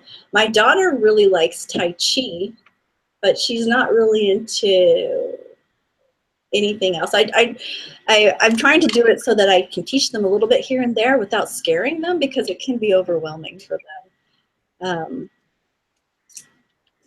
Because their father was not into what I do, it kind of made conflict. So okay. I can only do what I can do. Yeah. No, I understand that. It's the same with my daughter. My daughter sort of, she's 15 now. Her name is Ketra, means princess. And then she's got my middle name, Tai, so she's Princess Big Trouble. Just so, but anyway, so yeah, it's like she's quite intuitive, and yeah, there was lots of things, and her mum is not. Yeah, mum didn't have the training, did the training I did, and she's sort of into certain things that I did, but not all of it. So it's, I hope one day to sort of show her that path if she's interested. But it's at the moment she's very much into makeup, so she loves makeup, and she's found her passion. And I very strongly believe in letting people passion, whatever your passion is, focus on that. That will energy, that will lift your spirits, that will keep you healthy. So living your passion is very much. But yeah, well, what's your son's YouTube channel? Skywatch. His name is Skylar. I think Skylar. Okay, Skywatch. He changed it. I'll have a look for it. It was called Cave Spider something, and now it's Skywatch. But he does those YouTube channels where they play video games. Okay. Yeah. I don't understand it, but apparently it's very popular and he's enjoying it. It is. But yeah. That's his passion. He's enjoying it. And it was he told me, Mom, I want to make money on YouTube. And I said, sure, go ahead, figure it out. And he did. He figured it out. So now he's. I have to go. See you soon. See you later, Robbie. Bye-bye. And so yeah, he's doing his thing, and if my daughter's interested, I'll show her. So, but so far they're just she loves art. She's an artist. There's one thing. I mean, I think it depends on like the growing up. I find I've known friends who came from martial backgrounds or art backgrounds, and when the parents make it as a regime, then what happens when they get to the teenage, they'll go totally the opposite direction. And I think that's exactly. So it's this: if you can be Taoistic about it, you can be Taoistic about it, and just and have it as, I mean, because when me and together, Ketra was learning, she was eating raw veg and she was doing all this stuff that was, really cool, and actually doing qigong, and in actual fact, at the age of 6, she was actually quite naturally, she was doing qi work. She's doing applied qigong, and I hadn't really taught her. She was doing it. She was blooming good, but of course then when me and her mum split up, then she's gone more to the uncle side, but a sort of in between place. So she's not as interested in it as she was, but she's got into the makeup, and it's like, just let it flow, And the whole idea is that leave it open. It's always there for them to come back to. If you try to force stuff, it scares them off. I find. Yeah, that's how I look at it. I look at it as when they get older, as they go on their journey, if that's a path that they need to go through, they've got me. I can help them. Or they could go through a different spiritual path. It's just important to me that they find their happiness. As long as they're doing well, have happiness, and they're not hurting anybody, that's what's important. Indeed, very much so.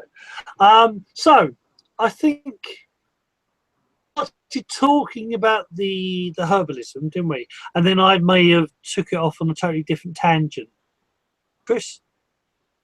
Yeah, we were talking about herbalism, and I think we got pretty far down that path. I don't, unless there's anything more you want to add, Laura, about herbalism, or. No, that's mainly, like I said, I don't do the traditional. I'm not licensed as an herbalist, but it's the whole embodiment of the training and the herbs. It could be any plant herbs. Was I picking up a little bit earlier that you're not really big into drug-induced states, shall we say? Yeah. No, I'm not. Like I said, if someone needs to take like an Advil or something like that, that's fine. You need to take an Advil, but no, I'm not into anything like marijuana, any kind of drugs like that. Ayahuasca and things like that. I don't believe you. Maybe it helps people, but for myself, for me, I don't need that to have that experience. I can do that myself with my own training for myself. But I can't say everybody can do that because everybody's different. This is an interesting thing. I think it's your background. I think it's the whole the Taoist path you've taken, especially, is that there's one set in Taoism.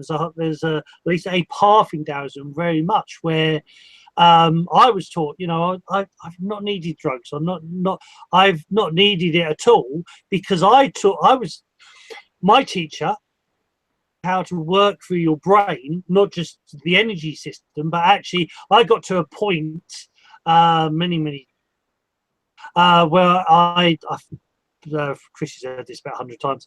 Well, oh, here we go. See, I actually was working around in the mind, and I switched my eyes off, and I was blind for a period of time. Now I know somebody else who did that. And go, oh yeah, and turn them back on. I took a little bit longer because I sort of panicked.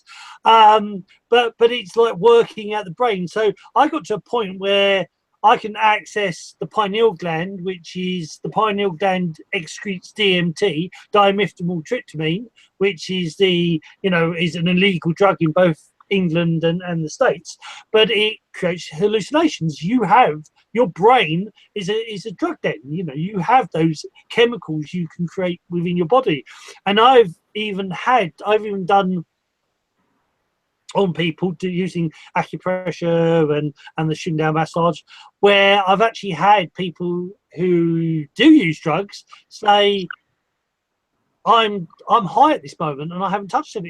Your massage has made me high. How does that work? And it's well, your body already has those chemicals, and also, just like we were talking about the homeopathic, if you've ever thing like ayahuasca, for example, your body will.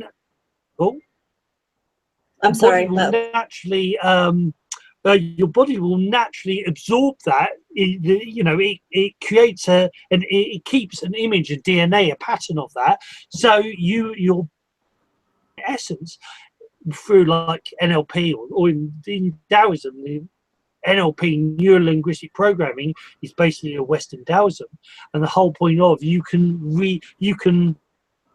reflect, you can bring that image back. So the whole point of it, like even with the drunken Taoists, a lot of the drunken Taoists were just drinking like a ginseng concoction, but it wasn't actually alcohol, but they, because they were so going with emotion. They appear to be drunken, and they appear to go with the flow. But it's just allowing your body can replicate all these things. If you were once healthy, if you're not, people talk about imbalance or I've always been ill. But at some point you were healthy, and your body can what's the word I'm trying to think? Rediscover the health. Duplicate that. Yeah, exactly. So everything you said is exactly how I was trained and how I look at things. For me, I don't need that because we practice with the brain a lot. Practice on, it's more shamanistic. Now I understand that people would do ayahuasca or stuff for like shamanistic training or something like that, which is fine because I'm sure there's a time and a place for that. Not recreational, I wouldn't think would be great. But for me, I'm not a big fan of that. I don't drink, I don't smoke, I don't do drugs, I don't do any of that. I like a clean body, clean self, so I can connect with myself. And I find that people that do need to get high they're escaping emotionally because there's things that they don't want to face, right? And yeah, facing emotions is hard. It's difficult. It's no fun. But where do you want to be in your life? How do you want to live your life? Well, this is the real interesting thing about substances, but also illness is with the substances is that the studies I did that you suddenly realize that there are a lot of people hiding from a lot of stuff, past. They're hiding from, the Chinese would say a lot of ghosts. They're hiding from the demons of your past. Okay. And so there are instances, it doesn't have to be drugs, but like excessive, anything that you excess on is in some ways you're doing that to mask, to hide something else. And like this thing of, like we were sort of talking about illness. Well, illness is quite simply, and then when you're any extreme, because one of the things for me of Taoism is that whenever you're in an extreme, is that it's because you're out of balance. Is that even extreme happiness, extreme euphoric, totally happy all the time, everything's amazing, oh my God, it can't last forever, ever. The flow of the universe, the yin and the yang, everything has to have balance. Hence why we said in part one, go back and watch part one. In part one, we said about you have to going with the flow of the ups and the downs. You can't be in the zone all the time, but it's this thing of balance. It's learning about the one thing about balance is you can always raise the bar. Is that you in the West they talk about being extreme. You could be the best you could be, and this hitting the roof all the time, but in the universe, you hit the roof, sooner or later you're going to hit the floor. But if you find that middle ground and keep raising the bar on the middle ground, you'll naturally increase everything and improve yourself anyway. Yeah, so that's excellent. And I'm just going to quote what I learned from Lama Lar is he would say, illness means I lack love, right? So when someone says I'm ill, I lack love. So where is that lack? What's the lack of love? Where is that? Where can you find that? To find the balance, right? So. Can that be a lack of love of self? Because that would be internal rather than external love. Definitely, it's more it's internal. I lack love of self. That's when people are lacking love of self. That's the most destructive. And then they look out of themselves for that, right? And that's when you find relationships that people are depending on other people to make them feel loved or make them feel important. It's because they're still lacking that love within themselves. Is that something that's learned, or is that something that develops, do you think? That lack of self-love and care? I would say both. I would say both. Because it's something learned through your experiences in life. It can be something learned from your parents or guardians, right? And it's something which eventually goes into you owning it and saying that's how it's supposed to be. So I would say both. Yeah, it's interesting because like when you, because love how to describe this. This is very much a concept over something that's solid or tangible. But it's like when you talk about love, people think you're being very narcissistic by saying, "I love myself," but it's kind of it's okay. It's okay to love yourself. You're meant to love yourself. Otherwise, there's not really a lot of fun to be had really in life, is there? If you can't love and enjoy what you're doing, if it's a roller coaster or eating your lunch or whatever it might be that you're doing, Exactly. that act that you're doing is self-love. You're feeding yourself something nice, a nice meal, let's say a nice lunch, but it's small acts of love and big acts of love, isn't it? It is, exactly. So it's giving yourself grace is an act of love to yourself, saying it's okay. So if you want to sit and play video games all day, be okay with that for a certain time and then move on. You know what I mean? Don't beat yourself up. Do it consciously. Do it consciously. Know that today I'm just going to sit and watch movies all day. I'm going to consciously do that and I'm okay with it.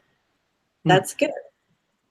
But if you're just sitting there doing it and then you're drifting and next thing you know it's the next morning and then you start beating yourself up about it, then you're not giving yourself grace. Just do things consciously in that. So in love, finding love for self, when you can love yourself, do it as much as you can for self. Yeah, because once you move out of that place, out of that zone, that's another emotion altogether, because that's what's the word, overindulgence, let's say, or you're moving out of a place of love and into a place of self-pity or indulgence. Yeah. Right.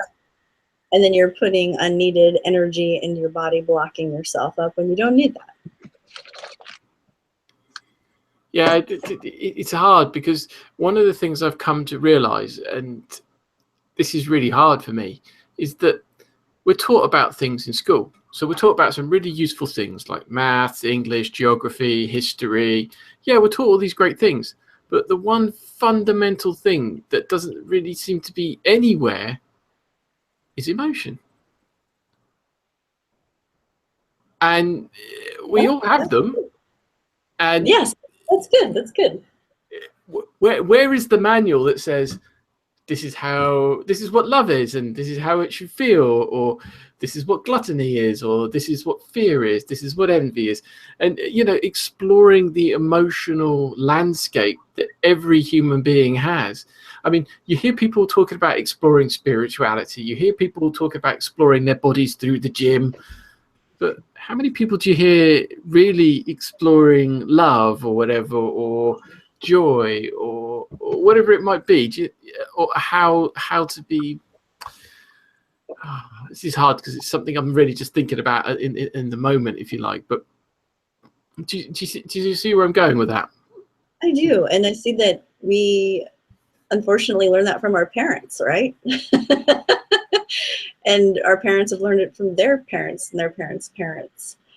Because society doesn't teach it. It's not something in society that we really focus on at all. This you being, how I would say, Chris, is being one with your emotions or embracing emotions. We don't really. It's not something that. I mean, I know definitely in England it's not something, we really do, that we really embrace. Let's look about this. Let's look about happiness. What is really, what is happiness to you? And, really actually, you don't, they're sort of there. They sort of exist. We sort of, a little bit like certain other things, like sex and whatnot. Sort of they're there and they sort of, oh yeah, this is it, and then it's put back down again, and you're not really actually, you don't really get to delve into it, emotions, and so it's interesting. I was just thinking about something here that just came to me just now, which is kind of like helping you to prepare almost energetically for something, because there's that great saying where they say the only real thing that you can guarantee in life is change, but another one you can almost guarantee is grief at the loss of someone else. And just exploring that one emotion before you get to it, and exploring what that is as an emotion, may help you when you get to that point where you grieve for losing someone, because you understand what it is you're going through, and say to yourself, hey, it's all right to grieve, rather than what I think happens is you feel guilty for grieving because, hey, nobody else seems to be suffering as much as I am, or whatever it might be that you think in your brain, right? Whatever it is that's talking to you in your head saying, this isn't right, you shouldn't be feeling this way, blah, blah, blah, blah, blah. And it's like, well, give yourself a break. This is this is part of a release mechanism for the body to release an emotion. Exactly. And that's, again, loving yourself enough to give yourself grace to be able to release that emotion. We don't have to be so tough all the time, but I guess we're always taught you need to be tough. You need to, the strongest ones always win. If you show any kind of emotion, then you're weak. And it's just lies. It's just lies that we've been taught, and we tell ourselves still because of our beliefs growing up. So once we get past those lies, right, and we start accepting ourselves, that's part of loving ourselves and knowing that we are unique. And sometimes you're going to want to cry for no reason. That's okay. Exactly, right? You're not weak. You're expressing yourself. You're letting yourself be you.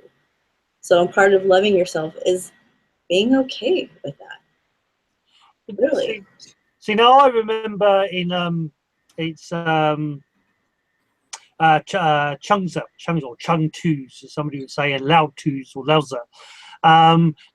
Chung's in the books of Chungza, they talk about when Lao Tus or Laozi lost his wife, and he the next day his wife dies, and the next day he's like banging a drum and singing, and they're saying, why aren't you grieving? Well, have you, she was the love of your life, why are you so happy? And it says aim to find, is to find, to embrace your emotions and to let go and to find your happiness in that moment. But if you can't find the happiness in that moment, scream, shout, wail, do a temper tantrum, jump up or down, spin on your head, do whatever you got to do to let out that grief, because then it goes into the medical side of grief or stress. Stress equals tension within the body. Tension equals illness. Illness eventually equals death. So, blocking those emotions, not allowing those emotions to flow, will end up causing illness, end up causing death. So, is the thing of, your aim is to live in the now and enjoy all the wonders of the beauty. But if you're feeling grief, if you're feeling negativity, if you're feeling frustration, let it out,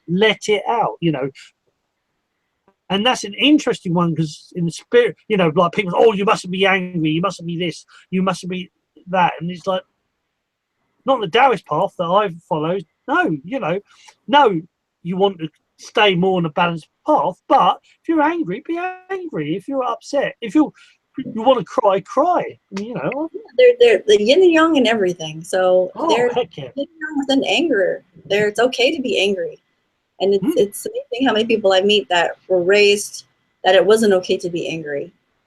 And so when as they're growing up and they're experiencing different things, it's really hard. They feel guilty for being angry. Yes. Which is causing even more stagnation within themselves for being, it's okay. There's yin and yang. There's a balance. You don't want to be the extreme angry, but you can, or sad. Yes, exactly. It's just the finding balance within that. And again, that's part of knowing yourself, being conscious of yourself, saying, yeah, this is how I'm going to feel today. This is what I'm going to do right now. And I'm okay with that. Tomorrow's another day, and we'll see what happens, right? Exactly. But well, I'm going to say this, and it sounds wrong, but it's almost like embracing your emotions, because it's like, yes, I'm angry. Ah, it's not. It's not wrong. It's not wrong. Yeah. It's not going from the point of anger and embracing it and going into fury or something like that, where you take it into violence. It's you're angry for a reason. You just don't become angry for no reason. There will be a reason why you became angry. You just need to find out what it is, and then you can hopefully, I mean, tell me if I'm wrong here, because I'm just exploring this with you, that you'd then be able to come back into balance by understanding where the root of your anger comes from. And you can also understand that, yeah, you're angry. Something has bothered you. You can either trace it to something that reminds you of what the youngest you felt when you felt something like this. So if you're angry, someone did something, what's the youngest you felt at that age? What happened to you at that age? Or you can just simply say, yeah, I'm angry. I'm going to feel this, and I'm just going to let it go. It depends. It's different for everybody.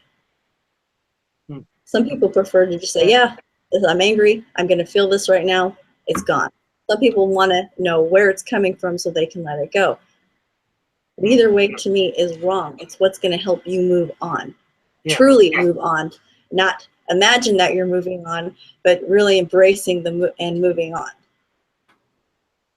So neither way is bad. It's just what's going to work for you. Yeah, 100%. And you know, but it is like we've used that word, embrace. It is embracing that emotion, you know, is that if you're feeling it, let yourself feel it, but let it go. Don't hold on to it. Don't keep bringing it back up. Let it out. And then, again, you go to the sort of like the Barefoot Doctor way, and you go to the Dragon Dog Shaman, you know, the Shaman way. The Dragon Dog, you know, Shaman will say, let it out, and it's gone. And then if it comes back, okay, well, let it out again, and you keep letting it out, and eventually it'll go. The Barefoot Doctor way, okay, there it is, let it out. Now let's trace it back. Let's trace it. Where is it coming from? And of course, on the medical side, they will say, right, it comes from this organ, it's coming from this organ, it's coming from here. But also energetically, it's so, well, this, you know, how, when was the first time you know, they'll start looking back, or they can trace back a sort of like the West, well, you know, this is the Taoist version, and it's the Taoist version of NLP, New Linguistic Programming. They'll trace it back to where this emotion comes from, where it was seated, where it was planted. Because in essence, a lot of these doesn't have to be childhood, but a lot of these are seated in an area, and then through your body, the body then starts to manifest that more. So, you know, like you know, the fear that's, you know, or the worry that's in your kidneys, or the fury, the lividness that's in your liver, you know, it will be there, but then you can trace it back to certain places at certain times. Yeah, it's also to be aware of, yes, you can have that emotion and embrace it, but it doesn't mean you put it on others around you. That's where you need to draw the line, because most people will find that I'm angry, so therefore they lash out on the people around them, right? That is not balanced or healthy. But that's how you channel that anger. Exactly, exactly. So it's embracing, yeah, you're angry, so you want to do something with that. So go for a walk, go do something that's going to help you release it, or go to a quiet place. It's not projecting that on others around you. That's key. Yeah, that was my fault. I didn't make that bit clear of yes, you know, is that getting it out, but not aiming at people. It's the idea of, like I say, going out in nature and and go and shout at a tree. It'll take it. It's okay. It'll be fine. That tree will even notice, to be honest, Poggy. It was like, what was that? I don't know. Exactly. Well, you see, you say that my teachers taught, because there's this thing in Buddhism is actually considered on the reincarnation is actually a couple of stages above human, and considered a consciousness in high vibrational meditation. So a tree, because I don't really like the word soul, so I use consciousness. A tree's consciousness is impermanent meditation. So for a tree, how I was taught by my teachers, for a tree to be aware of you, you must meditate or do qigong there at the same time every day for at least a couple of weeks, because a day in a tree's perspective is literally a moment, is a few seconds. So shout at a tree and it wouldn't even notice. You'd have to do it every single day at the same time for a couple of weeks. You go. So at least that's how it was taught to me. The perspective I got from with trees especially is that they're in permanent meditation, so therefore you need to be there a long time for them to actually even realize you're there. But that would work. And I know that we also use trees in medical qigong for healing. But what we do is we connect to the tree. We connect to the tree energetically, and we ask permission for that tree to help take any kind of stagnation that we have in our body. Because what we'll do is, as we energetically put it into the tree will pull it into the roots and recycle it. So what you said would definitely work, but you can definitely connect with the tree if you're energetically sensitive enough to be able to do that. It will help you. And you have a personality that doesn't mind standing out in the middle of a park or a forest and connecting with the tree while other people notice. Exactly. You have to be comfortable with yourself. And there's a great saying I remember saying, like, because obviously what we breathe out, the carbon dioxide we breathe out, trees actually breathe in anyway. So the science is, what we breathe out, they're breathing in. But energetically, the tree converts into chi. So that that negativity that we breathe out, they naturally convert it. It's naturally converted for them, and in return, what they breathe out is their cha, is our chi, and so it's this play of yin and yang. That's why trees are very important and vital, or at least I was taught they're very important and vital in the energy and energy in the Taoist world, because they are literally giving you what you need, and you're literally giving them what they need. So there is this relationship, there is this symbiotic, this flowing relationship of yin and yang. Yeah, that's why it's always important to ask the tree permission. You ask the tree permission energetically, and the reason you do that is because you don't know if the tree is sick, has any kind of disease, so you don't want to be connecting. And the tree will let you know, yes, you can work with me or not. With a lot of the work that we do is you're always asking permission. Even when you're treating someone on the table, I'm always asking permission. If they have some kind of stagnation in the body, I may not be able to take it out. It may be a lesson that they are still working through, that if I pull it out, they'll lose that lesson. It's always asking permission. Very much so, yeah. How does the tree let you know that it has permission? You have permission to connect with it. Good question. So when you connect with the tree energetically, so you envelop the tree with your energy, right? And you connect with it. And you'll ask, and you'll feel it either block you or will let you in. Some people will actually hear the tree say yes or no. But if you're talking pure feeling and energetics, after you surround that tree, it's like a bubble. You connect to heaven and earth, and you then surround the tree, and you can touch the tree, and you just feel it's going to let you in or it's not going to let you in. Some people, like I said, Some people will hear it say, I'm sorry, I'm sick. Or some people will say, go ahead. But try enveloping a tree and see what you feel. Cool. It's fun. It is. Okay, Chris, well, for the show, we'll wrap it up soonish. But Chris, have you got any other questions? Yeah, just what is it that's in your future, if you like it? What are your plans for? Are you planning to do more teaching, or just keep doing more of what you're doing? Or So I will be teaching more. I'm asked to go back to the Netherlands and teach another seminar on cancer. So I'm in the midst of working out that with Linda, my student in the Netherlands. I will be teaching in Orange County, the medical Qigong and the Taoism. I haven't put those dates together. So I'll be teaching and treating. I love to travel, and I love traveling and teaching and treating. And that's what I've been doing, and I'll continue to do that until things shift for me. Cool. So that's what I enjoy. I really enjoy, I find people fascinating, and I just love people in general because everybody's so unique.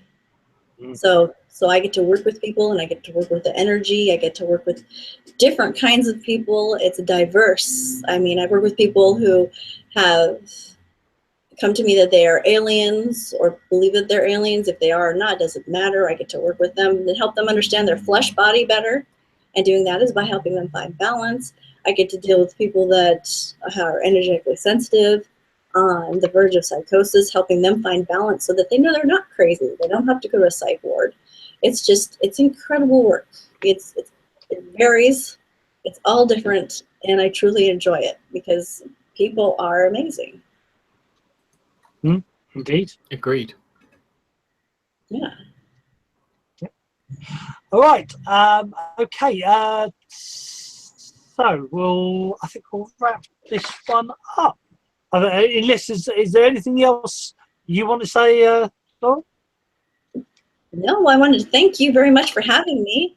And Chris, I'm glad you got to be on the show because I watched some of the shows and I was like, that guy asks really good questions. The questioner. He hates. They ask me questions and I'm not going to know, but I'm glad you were able to make it. And Sifu Bogey, I'm glad that you invited me, and thank you for having me. It's a great pleasure. I love it when I find somebody who similar Taoist path to me, and to find a female who's going down a similar Taoist path to me, that's awesome. So thank you so much for being part of the show.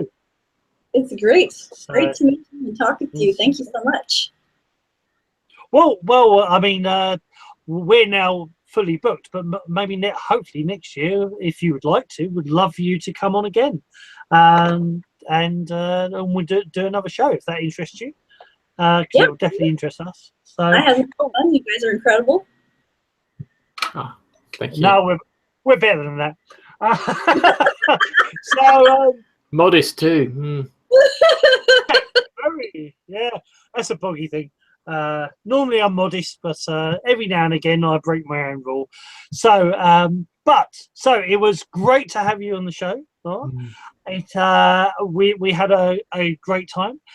And I'd like to thank Laura for being part of the show. I'd like to, as always, thank my great co-hosts, Chris, the questioner, also Robito, when he eventually comes back.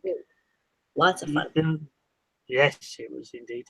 And right, so next week we have Kirk. We have Kirk back on the show, and we are doing herbalism and shamanism, and he's in the Taoist path, the Taoist shamanism as well. So we'll actually have 2 shows in a row with Taoism.